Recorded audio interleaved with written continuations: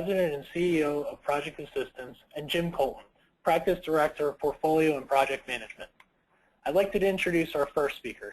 Gus Cicala founded Project Assistance in 1996 with the goal of transforming our clients' approach to portfolio and project management to achieve a standard of excellence in execution that consistently delivers expected project outcomes.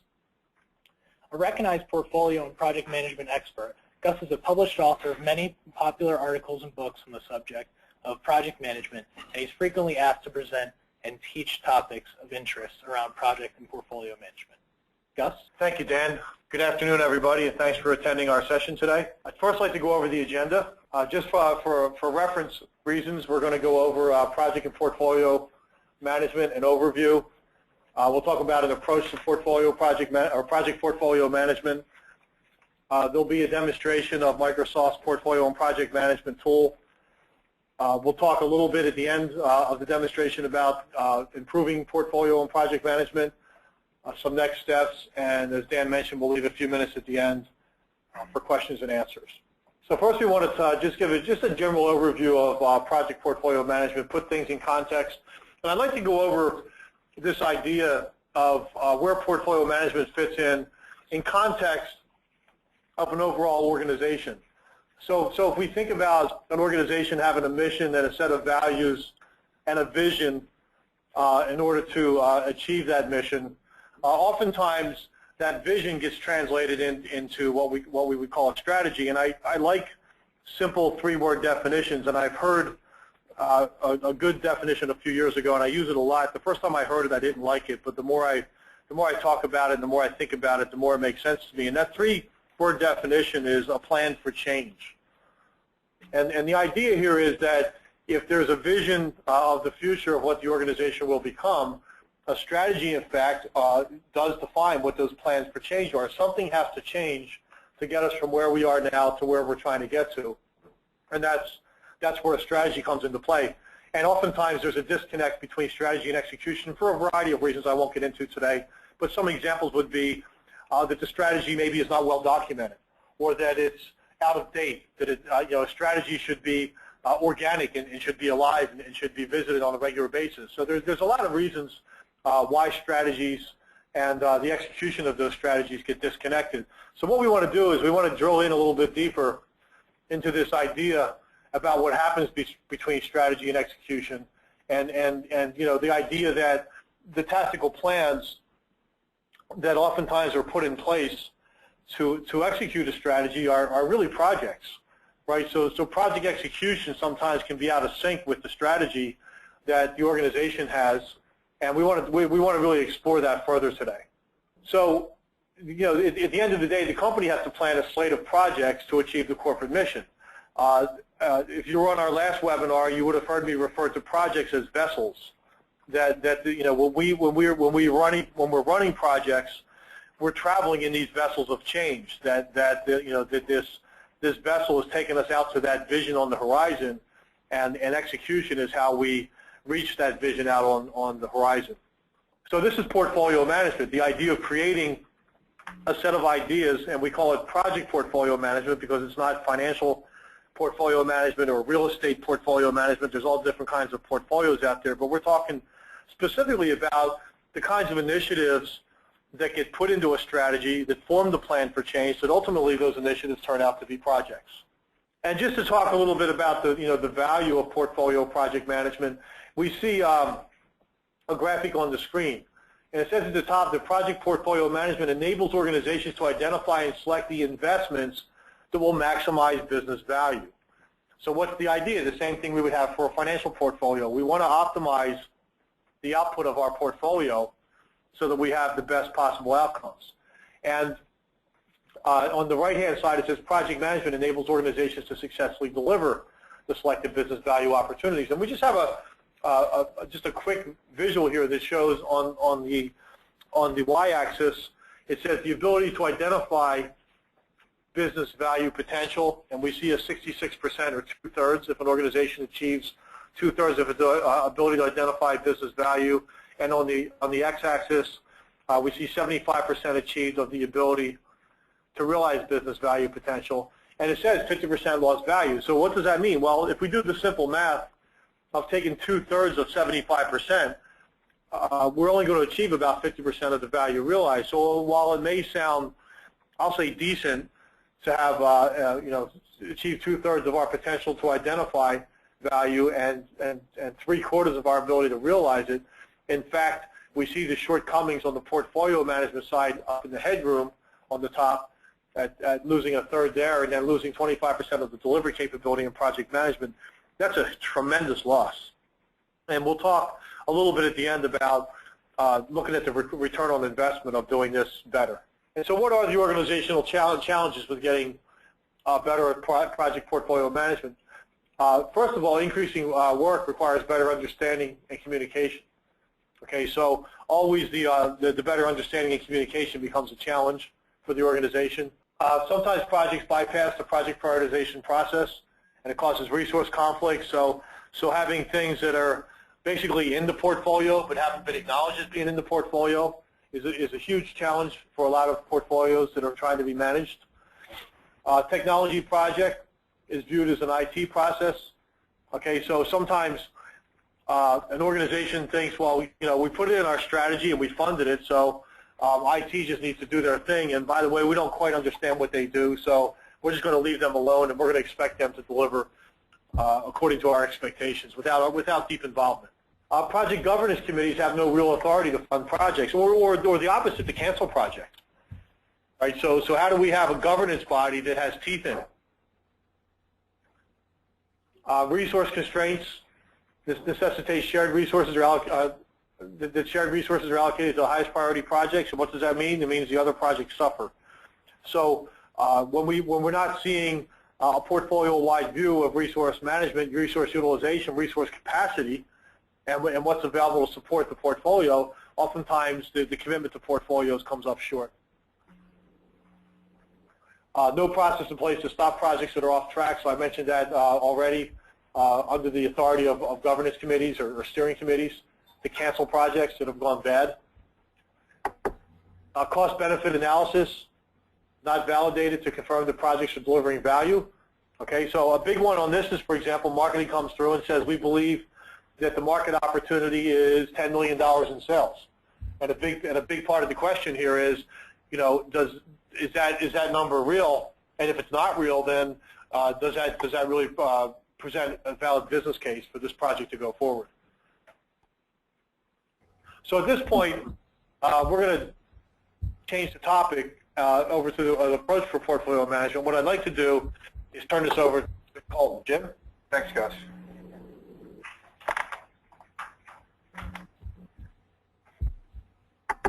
Second to read that quote.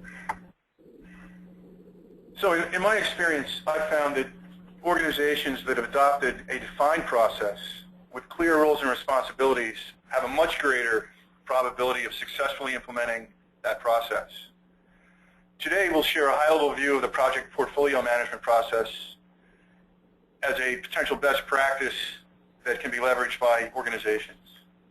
We recommend, as an organization begins to pursue a formal PPM methodology process, that they start with a proven best practice model and then customize the process to fit your organization's specific needs and requirements. This view is a 6-step process that takes you from the initiation of a request or an idea all the way through the analysis of the portfolio and continuous improvement. The next several slides, I'm going to drill down on each of these boxes and talk about some recommendations or ideas on how to be successful in each step of the way. First step, central collection and management of project requests. So I feel it's important to standardize the process for collection of ideas. It's important to have a standard template or form and a common input so that individuals know how to submit ideas or potential opportunities for improving the organization. We don't want to lose any good ideas. Before undergoing an in-depth feasibility study, it's often important to conduct an initial screening or filtering of ideas that don't make sense, or ideas that aren't necessarily aligned with the business goals and objectives. We also want to ensure alignment of that request or idea with the business strategy that Gus had mentioned earlier. It's important to have the connection from the mission and vision and values all the way through the portfolio and project management capabilities. Second step in the process is business case management. So we think it's imperative to use a common cost-benefit or CBA template for project comparison purposes. You don't want to have one project use a 3-year model and another project use a 5-year model and try to compare them. Or you don't want to try to compare a net present value to a payback period or an internal rate of return. So in order to best compare projects for selection, you want to use a common CBA template. We want to gather both high-level costs and benefits. It might be earlier in the process, all requirements for the project may not be known, but it's good to have an order of magnitude estimate of both costs and benefits to include in the CBA. This provides a starting point for further analysis. Gus also mentioned earlier the validation of the business case. So we feel that's real important for sustaining continuous improvement with the process and holding executives to what they're responsible for delivering on. If you're launching a new product, it's easy to see the benefits of a new product just by comparing a baseline of 0 to the new revenue that's generated. But it could be more difficult to compare, say, an enhancement to an existing product or service, where there's other variables such as market growth, increased competition, and other variables like that. So you want to make some assumptions as you prevent your CBA and baseline that operational metric in terms of how you'll validate those benefits post-project. Third step in the process is initiative review, rating, evaluation. It could be that your organization has different levels of portfolios. You may have a divisional or department project portfolio, and only a subset of those projects will move up to the enterprise level project portfolio. So it's important to have representation across the division or department at that level, as well as have cross-functional representation at the enterprise level. Remember, we're making decisions that are best for the organization, not for a subset of that organization. So it's important to have that enterprise-wide perspective. We recommend utilizing a project scoring tool to provide input for project selection and prioritization. This is another tool, just like the CBA, as input to decision making. Today's demo, we're actually going to show a scoring model that can be used. The project scoring tool, it's important that is aligned with your business drivers and business objectives. Again, you want to make the selection based on what's most important to the organization.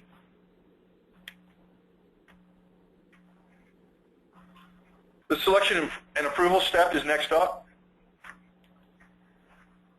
In order to optimize the portfolio, again, it's critical to have representatives from across the department division and make those decisions from an enterprise-wide perspective.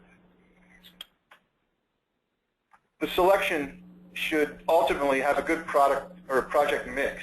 It's important to have a good mix of revenue generation projects, cost reduction projects, risk reduction projects, and you may have other projects that are strictly soft benefits such as process improvement. You can make an analogy to your personal financial portfolio where based on your objectives in terms of retirement and what you need, you may have a different mix of stocks, bonds, cash, or real estate. We also need to consider constraints in terms of potentially budget and people. There's going to be a lot of good ideas and requests to come in, but we're going to be limited in terms of what we can do based on these constraints. And we'll show today how you can utilize constraints in terms of finalizing the portfolio selection. We talked earlier about that good strategic mix of projects, balancing the long term and the short term. Okay, we're going to jump into Project Web Access 2010 to show some functionality within the tool that can support project portfolio management. I'm going to show a 3-step process Starting with the driver library, this is the collection of business drivers. We'll go through a driver prioritization step, which is analogous to the scoring model. And finally, we'll go through the steps involved in the actual analysis of projects and selection. And we'll show you how to use what-if scenarios using Web Access 2010. So starting in the driver library, it's important to develop business drivers that will be used in the scoring model that support your business objectives, goals, and your vision. So this library is a collection of all potential business drivers that you'll use in various scoring models. Again, we talked about having different scoring models and portfolios within the organization. Again, you could have a portfolio at the enterprise level and have other portfolios at lower levels in the organization. So this library will enable you to select the drivers that best fit that specific entity. So it's a comprehensive list of drivers that are then selected. Just to show you a little detail behind the business drivers, I'm going to click on Expand into New Markets and Segments. So this is fairly straightforward. In order to set it up, you name the driver, create a description,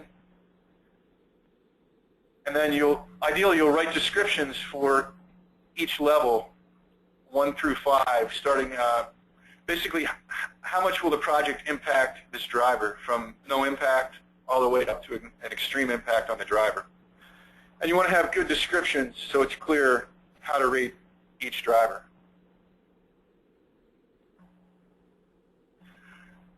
Once we've agreed on all the business drivers for the organization, we can then develop an actual scoring model. You do that through step 2, which is driver prioritization. So think of each of these labels as a potentially different scoring model. And you could label them however you feel best fits. You could level 1, you could call it fast revenue growth market or cost containment model. And depending on your business situation, if you're in a high growth market, you want your business drivers to fit that strategy. So you're going to select ultimately more projects that are going to drive increased revenue, and you're not so much worried about cost containment. So again, I'll kind of drill into one of these driver prioritizations or scoring models to show you how it works. You can start by defining the name of the model and giving it a brief description. You can allocate these models, again, to various departments or entities within the organization. You can have a calculated model or a manual model. In other words, when I select the business drivers, I can give them certain weights that add up to 100%. Or I can go through a calculation which uses pairwise comparisons, and I'll show you how that works in a minute. At the bottom is where I select the actual drivers that I want to use in this specific model.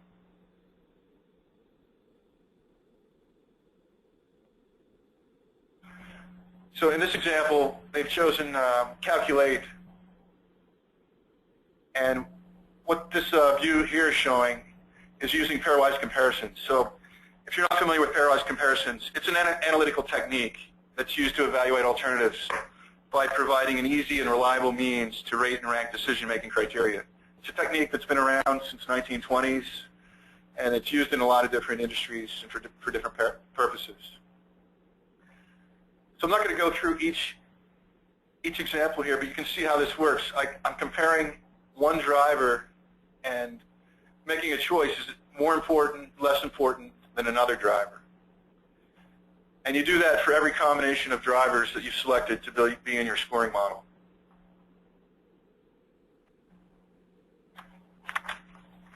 Once I've gone through this calculated comparison,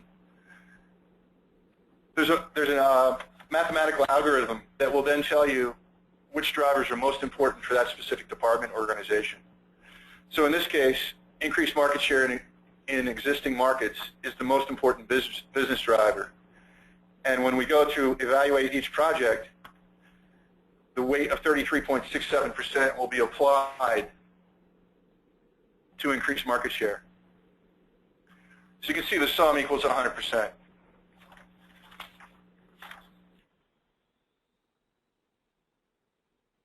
So essentially, you've prepared yourself to begin your analysis of your portfolio. You've got your business drivers identified, and you've selected the drivers that are most appropriate to put into the scoring model for your department. So now I'm going to go into the actual portfolio analysis component. And if you can picture an example, you may do periodic executive committee reviews of projects, or perhaps you can use this analysis as part of your annual planning within that cycle to choose the projects that you're going to select to work on for the following year. So we've built a few different portfolios here, and I'm just going to select one that says 10 million.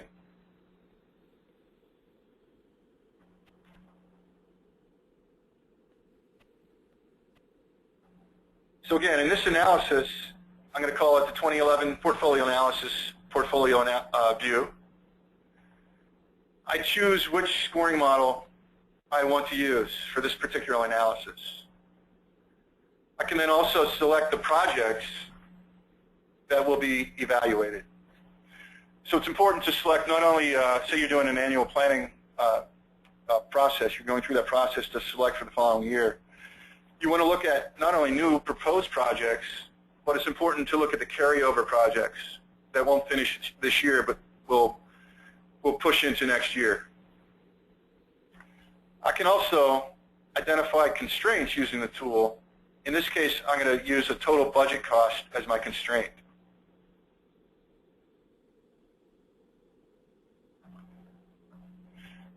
The next step in the portfolio analysis is to actually score each of the projects. So you're going to see the list of projects here in the vertical row.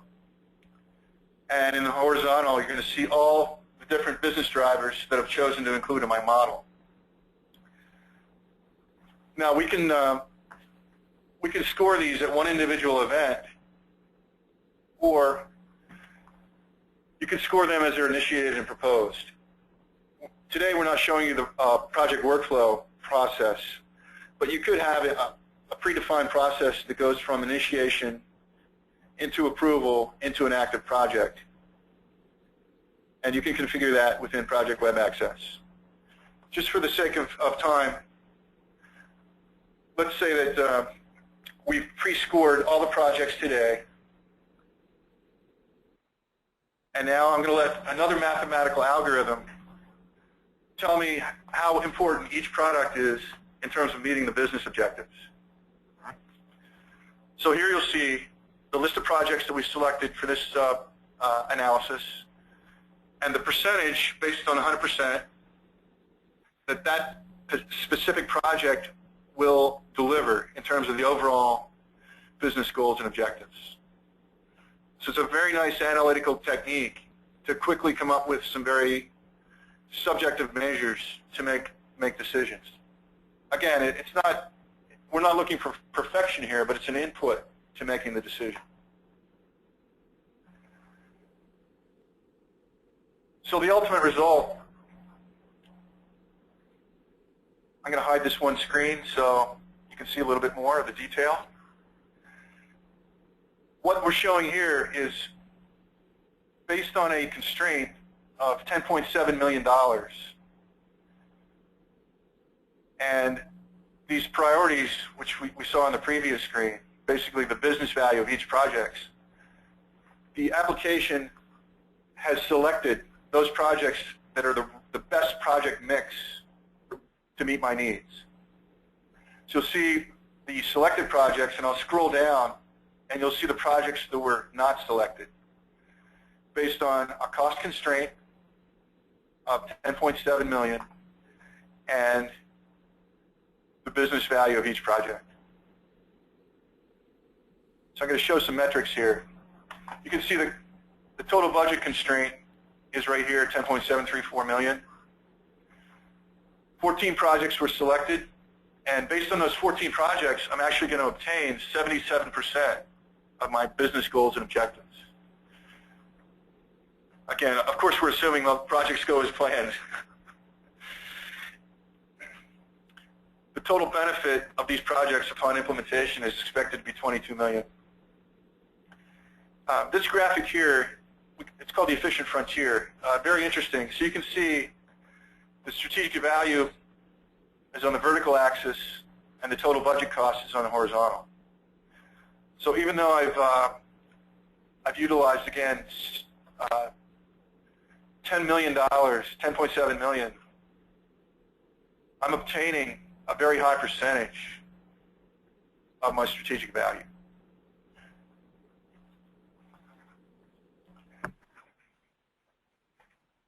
The nice thing now is we can do some what-if analysis.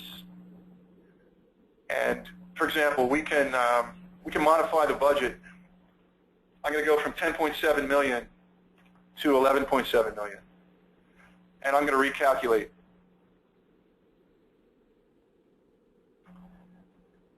Now you can see that 15 projects have been selected. I've got a strategic value of 80%. So it's nice, you can do all different types of what-if analyses, and then once you're comfortable that you have the right mix of projects, you can commit it and save it and do comparisons of those committed changes. So we've gone through a few different scenarios offline. We did a $10 million budget constraint. We did a $12 million budget constraint, and the original baseline, which is all the projects have been selected. I can now go in and do a comparison. And you can see, based on the different scenarios, which projects were selected or not selected. And you can see the history of all those changes.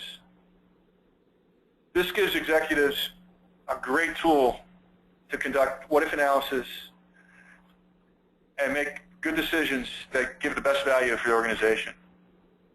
So in summary, there's a three-step process. You develop your business drivers, make sure they're aligned with your business objectives and goals. You develop different scoring models potentially for different parts of the organization, incorporating the business drivers that make the most sense for that specific department or entity. And then you go through the portfolio analysis and selection process. Getting back to the slide deck, I'm going to walk through the last two steps of the project portfolio management process. So step 5 is measure and respond. So the process needs to be a living and breathing thing, just like your strategic plan should be living and breathing. So we want to adopt the portfolio and modify it based on changes to the business or changes to specific objectives or goals. A best practice is to look at the portfolio at least quarterly and potentially more often if there's a dramatic change in the business climate. It's also important to eliminate projects that are poor performing. So we want to analyze the in-flight project portfolio and look at projects that aren't meeting their objectives. They could be behind schedule, over cost, and no longer have the financial benefit that we had thought when we slotted them into the portfolio. We also want to adjust the portfolio based on the dollars and resource constraints. So if we have shifting priorities and individuals may be pulled off projects to go on work on operational activities, we may have to revisit the portfolio and reduce the number of projects that are active.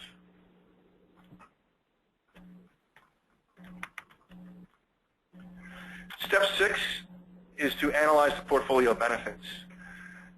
So again, I think to keep everyone honest with the process and submitting projects with financial business cases, it's important to go back and validate, did this project meet the benefits that were expected? So this process could take place anywhere from 3 months to potentially a year after project go live, depending on the specific benefits that are being obtained. We feel it's imperative to keep a continuous improvement mindset, to continue to look at refining the process, modifying the tools to support that process, educating the stakeholders or the committee, and just continue to make the process better over time. Again, we talked about ensuring the alignment of the portfolio to changing business needs. This is critical. So as, for example, you could go into a cost containment situation where your net income's below your plan. And at that point, as quickly as possible, you may want to revisit the portfolio and put projects on hold or postpone projects for a later point.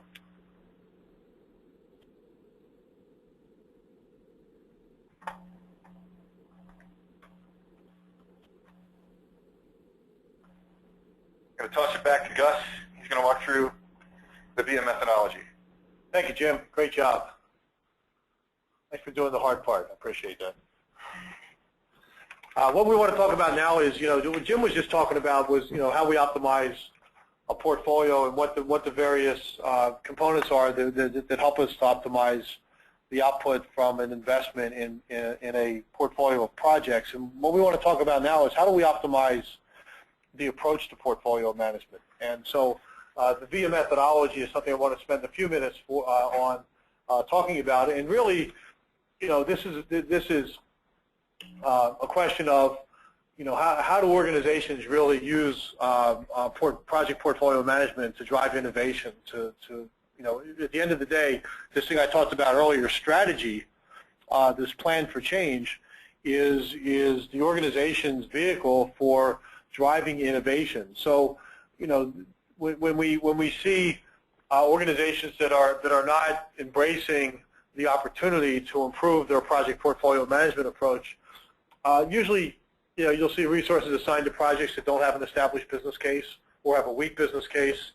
The project priorities are unclear, and that's something you'll hear across the organization. We're not sure what's important, or they've never been stated, or maybe they've been stated but they haven't been communicated. I mentioned the disconnect earlier a few slides ago about the disconnect between strategy and execution. So a lot of this evidence of the rigor comes through that disconnect. The resource demand for project work far exceeds supply. We see this as a big driver to get people out of the do-nothing mode. When we get calls saying we need help improving our rigor around portfolio and project management, oftentimes it's because portfolios have been committed to, those commitments haven't been delivered, and when we double-click on what that, or even if the organization double-clicks on what the issue is, it's that lack of resource commitment in a realistic fashion, where the demand exceeds supply. Bad projects keep going. That's another cost of poor project portfolio management, and I love asking a mixed audience when there's people from a lot of different companies. How many people in this audience work in an organization with a formal project cancellation process? And the percentages are frighteningly small, and they're getting better, but they're still, in my opinion, unacceptable. Use it or lose it budget. So sometimes projects get done because if we don't spend the money, we're not going to have money next year, which is obviously a sign of lack of rigor. And reliance on the status quo, embracing the changes necessary to implement cultural change. So, we hear this excuse a lot. We have a culturally embedded mindset to how we do projects, and and even more difficult, we have a culturally embedded mindset for how our governance bodies and our executive steering committees drive change. So, it's difficult to change culture, and oftentimes is a pretty convenient excuse for dealing with the status quo. So, the things Jim was talking about for the efficient frontier or for the right mix for a portfolio, when we talk at the cost-benefit analysis and the risk and many of the other factors that go into optimizing a portfolio, now we want to talk about what are the dials that we can adjust to produce an optimal output when it comes to changing the organization's approach to portfolio management. So we want to just talk briefly about how we deal with the people, process, technology, and executive support involved in this methodology. Let's talk first about how do you optimize the interaction between these variables to produce optimal results. And, the answer is it's hard to know which dials to twist. How do we know whether we should add more process or more technology or more executive support or we're all of those things. We're more change management. And so what VIA stands for is Vision, Implement, and Adopt. And so I just want to spend a few minutes on each of these steps here about how we see a successful approach to optimizing portfolio management. And a lot of calls that we get for help are really focused upon the second column. An organization feels some lacking in their internal skills, for example, for setting up project server, for connecting it to SQL, for getting the SharePoint activated, for how we provision licenses out to the end users. There's a lot of confusion around that, and appropriately so. But from our perspective, that's the easy part compared to the first and the third boxes, both the Vision and Adopt. And oftentimes, the implementation receives a lion's share of the focus at the price of inappropriate focus on the Vision and Adopt phases. So let's talk a little bit about each of these stages. The first one, Vision. This is where we think about what the future state's going to be and determine how best to get there. So what's the current state? What's the future state? How wide is the gap? Okay, and then what's the plan for integrating people, process, and technology? So that adjustment of the dials occurs through an approach to say realistically, a question that says realistically, from where we sit today to where we're trying to get to, what are those things that create what I call a feasible leap? What are those baby steps that an organization can go through that are A, worth doing, and B, that are going to produce some kind of results? And then finally, how do we leverage PPM best practices? What are those best practices to move an organization forward? There's logical progressions. When we share our visioning methodology that looks at the 14 portfolio and project management disciplines and looks at their rigor and their adoption and their degree of complexity, what comes out of that is a logical progression for how you move forward things like risk management, resource management, cost management, the 9 PMBOK areas in addition to 5 other areas that we've added to the model. Implement. So this question of, as I mentioned already, a lot of the focus on how we're going to bring process and technology together really at 2 different strata. Here you see the top-down portfolio management and also the bottom-up project management. But to bring those 2 pieces together can be a significant challenge. As many of you know, even to attack one of these layers of rigor can be quite challenging. And then to fit those 2 things together really requires, as it says at the bottom, executive support to spearhead the change. A phased implementation approach. So when we look at feasible leaps, it doesn't take one step or one phase or one project to go from the current state to the future state. So how can we get a realistic set of initiatives in place? Because these are initiatives like any other portfolio. These are projects to bring the organization forward to get better at portfolio management. And then ensure that the people who are impacted by the change understand the new solution. So that really leads us to the final stage here, which is Adopt.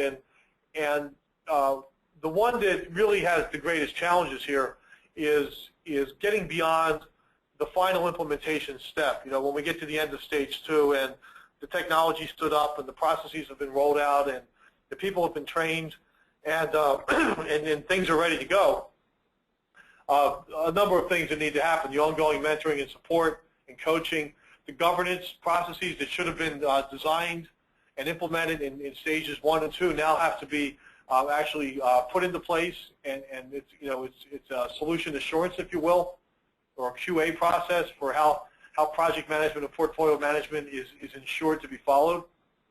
And then, as Jim mentioned in one of the previous slides, this idea of adopting a continuous improvement mindset that it's never really done.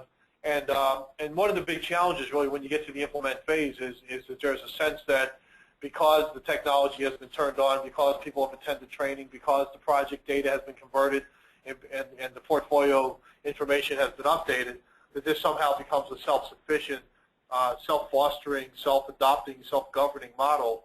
And really what this is about is recognizing that governance is a process just like any other project or portfolio management process. And so at the end of the day, the question is, which I raised earlier about canceling projects, if the bridge is out, do you have a plan in place to stop the train? And I like to ask that question because to me it's a very easy way to question the portfolio management governance maturity of an organization. A mature governing body will have some formality about how projects are measured, not only once they're put through an initial cost-benefit analysis, but also how that cost-benefit analysis is kept evergreen over time, how it's revisited, and how, if we look at the second box here, these governance processes have things like escalation, have things like intervention, have things like prescribed actions for projects that aren't healthy, and depending on just how unhealthy they are, we run the gamut from canceling the project to replacing the project manager to the other end, which is giving more money, give it what it needs, build the bridge before the train gets there. So these are the key stages in the VIA methodology. So what are the keys to successful adoption? Well, a big one is senior executive buy-in. We see some of these initiatives where there's a desire, I'll say, to get the executives interested. Well, if the executives aren't coming at this interested, I would say that we're looking at an initiative that has a pretty good chance of failure. So executive buy-in at the front end is key and really an important driver. Strong committee leaders, oftentimes meaning a team of executives that are involved in the governance process. Clarification of roles and responsibilities. So like any other project plan, this is a project. A project for change has to be managed like a project, and like any other good scope definition document, roles and responsibilities need to be clear and well communicated. Start simple and evolve the process. So, when I ask an audience, what's the unit of measure for how long it takes to make a change like this, I first get blank stares, and when I give examples of units of measure, I say things like days, weeks, months, quarters, years, and the typical answer is years, right? So that's, for those of us in this business, for those of us who are in an organization where we hope that there's a mood towards improving portfolio and project management, if we finish our sentence by saying, by the way, it's going to take years to do this, we can get resistance, right? So the question is, how do you get those incremental victories along the way? And finally, the process exceptions, right? So when a project gets forced into the portfolio because a senior executive thinks it's a good idea, has expert judgment, has a favorite client that they're trying to do something for, has a sale, the big deal that they're trying to make, all of those things can occur, but the question is, are they really exceptions too?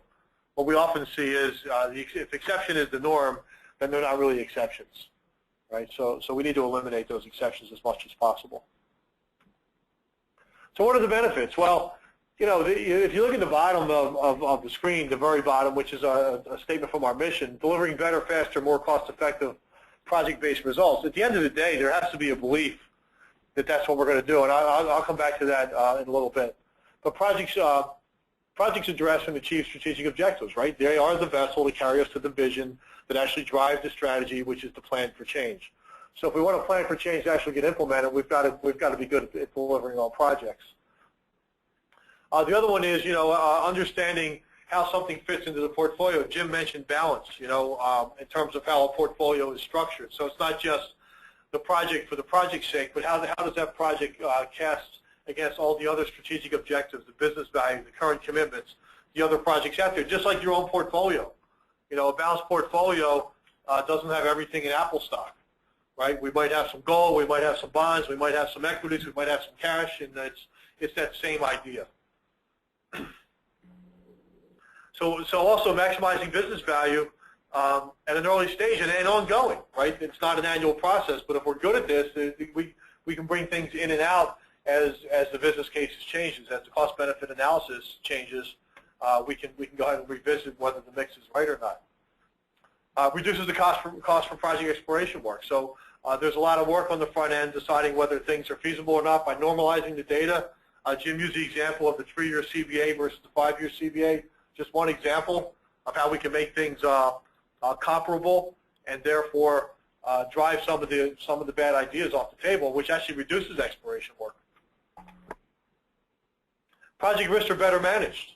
So one of the things we measure typically in a balanced portfolio is how risky something is. So instead of waiting to approve the project to say this is really risky, why not look at the project overall as it compares to other projects and say, is our risk balanced? There's always a risk-reward scenario in a portfolio, and oftentimes the riskiest projects can produce the greatest benefits, but that's not always the case, right? So we want to make sure we're paying attention to that. Board allocation of skilled change resources is optimized. Okay, so what we do is we actually drive the benefits by having the right allocation of resources across the portfolio. And obviously making priorities clear, right? By bringing the portfolio together and having it be, cross business line or cross whatever the scope of that portfolio is, we create clarity, we create transparency, we create the ability to report. A lot of project managers are feeling like shot messengers, right? So a good portfolio process will in fact recognize that establishing and maintaining control within a portfolio means delivering bad news early, makes that acceptable, makes the escalation process smoother, and ultimately prevents messengers from being shot. So this is just a quick snapshot here from an IDC slide that was done back in 2000, or a study that was done back in 2008, and you just see different levels of maturity here between level 1 and level 4. And you look at failed projects in an ad hoc portfolio management environment versus an optimized environment, and you see some pretty striking results. We see an example of alignment with company goals improving as maturity improves. We see a significant reduction in failed projects, projects over budget reduced by almost a third, or by 2/3. Reduced from 25% to 2%, and a lot of the energy we're seeing around the interest in portfolio management is the fact that redos used to be acceptable and they're becoming less and less acceptable, right? So we can't afford to do it wrong the first time because there's not going to be money to do it a second time. So just a few minutes on next steps. If you're interested in what Project Assistance does, please go to our website. But as I mentioned before, our mission is to provide unique leading-edge solutions that enable better, faster, cheaper project-based results. So how does that happen? If you do it incrementally, it does reduce risk. Incrementally, what we call create a mood towards continued investment. How do we create those feasible leaps to deliver value early? Okay, which therefore means speeding the realization of value and driving effective organizational change. That's what governance and adoption is all about. That's what that third stage of the VIA methodology is about, is really effective organizational change. And as many of you know, the initiatives to improve portfolio management themselves are risky like any other project. They're not guaranteed to succeed. So a good approach is always something we want to have when we approach these things. So our practices, we have the project and portfolio management vision and strategy. That's the VIA methodology. EPM, Microsoft EPM and SharePoint technology implementation. Education and competency development, a lot to do on the people side in terms of driving the change. Application development, oftentimes an interface to SharePoint or enterprise project management tools. Could be HR, could be accounting. Project management staffing, so we actually provide project managers as well as Office 365 in the Microsoft Cloud. So if you haven't heard about the cloud, if you're interested in hearing more about the cloud, please contact us. If you're ready for the cloud, Microsoft solutions will be drastically different in the future. Microsoft, the 600-pound gorilla has entered the cage, and it's time to it's time to sit up and pay attention. So if you don't have a cloud strategy, I suggest you get one. If you need help with the cloud strategy, or if you have a strategy and want to get it implemented, we can help. Also, would direct you to our blog. There's a lot of articles out there, a lot of content out there that you can refer to, some of which refer to our previous webinar, some that probably refer to this webinar, or will soon refer to this webinar. So if you want to know if you're ready for a VIA methodology, give us a call. We're happy to do that. We'll review that with you. There's some contact information here on slide 37. Jan Goodman handles follow-up, so I have her contact information here. And also, if you want to see our upcoming webinars, there'll be an announcement within the next week, I believe, for our next webinar. It'll be in our next newsletter, which also will be coming out in the next 2 to 3 weeks. So what I'd like to do is turn this back over to Dan. And the reason I'm turning this back over to Dan is it's your turn as the audience. You may recall that there's a question and answer console on your screen. Okay, so if you look at question and answer, please feel free to submit your questions and answers. I'm sorry, your questions. We'll submit the answers verbally here. And so I'm going to just give it a minute for folks to type in some questions. And Dan, do we have any questions yet? Yeah, thank you very much, Gus. Thank you very much, Jim. And we do actually already have one question coming in. How much of the demo that you showed today is configured out of the box, and how much requires customization? I think that's meant for Jim. Sure, I'll take that one. The demo shown today was 100% configuration. So no customization required to go through that development of the business drivers, the scoring models, or conduct that portfolio analysis. That's all configurable. It uses data. All the data is pulled from the common database, so the project data is pulled right from project information, and then there's some custom fields that you create, but it's all configurable. Thanks, Jim. I have another question coming in. Have we seen a best practices for engaging executive support? That sounds like it's one for me. Best practices, yeah, I would say I've heard the cliche, you should have picked better parents, and this sort of comes to mind here when it comes to executive support. You know, if we don't always get to pick the executives that are supporting our initiatives, but the reason I say that, pick good executives is, I've seen organizations that have executives that understand portfolio and project management. Oftentimes, those executives have grown up, in a program management, project management environment, and I see that as a convenience. So when it comes to a best practice, obviously you don't get to pick your executives. So what I've seen is that executives oftentimes haven't grown up as portfolio managers and project managers. So while they may understand the business case that's presented for improving portfolio management, they may understand the impact. When we talk about some of the do-nothing scenarios and some of the downsides of when this doesn't, the cost of doing nothing. They see this stuff. They see the demand for resources exceeding the supply. They see bad projects aren't being canceled. So the fact that an executive has agreed to make an investment, whether it's putting a PMO in place, whether it's hiring outside consultants like ourselves, that doesn't mean they understand what they need, right? So I think one of the things we owe ourselves, when I say we, I'm talking primarily to the audience on here today, on the phone here today.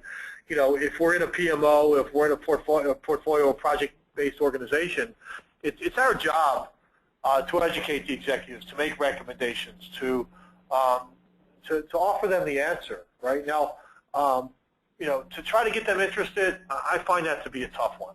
That's we need 8 executives that are really behind this thing. But even when they're behind it, what I see is a pretty strong need for the team supporting the portfolio to really help educate them and make them comfortable and give them recommendations and make it easy for them to support you. Thank you. That's all the questions I see on here for now.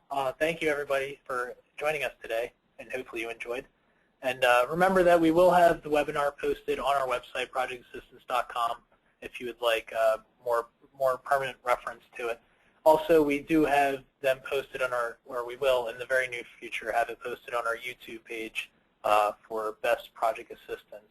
And also posted on there are several other helpful videos.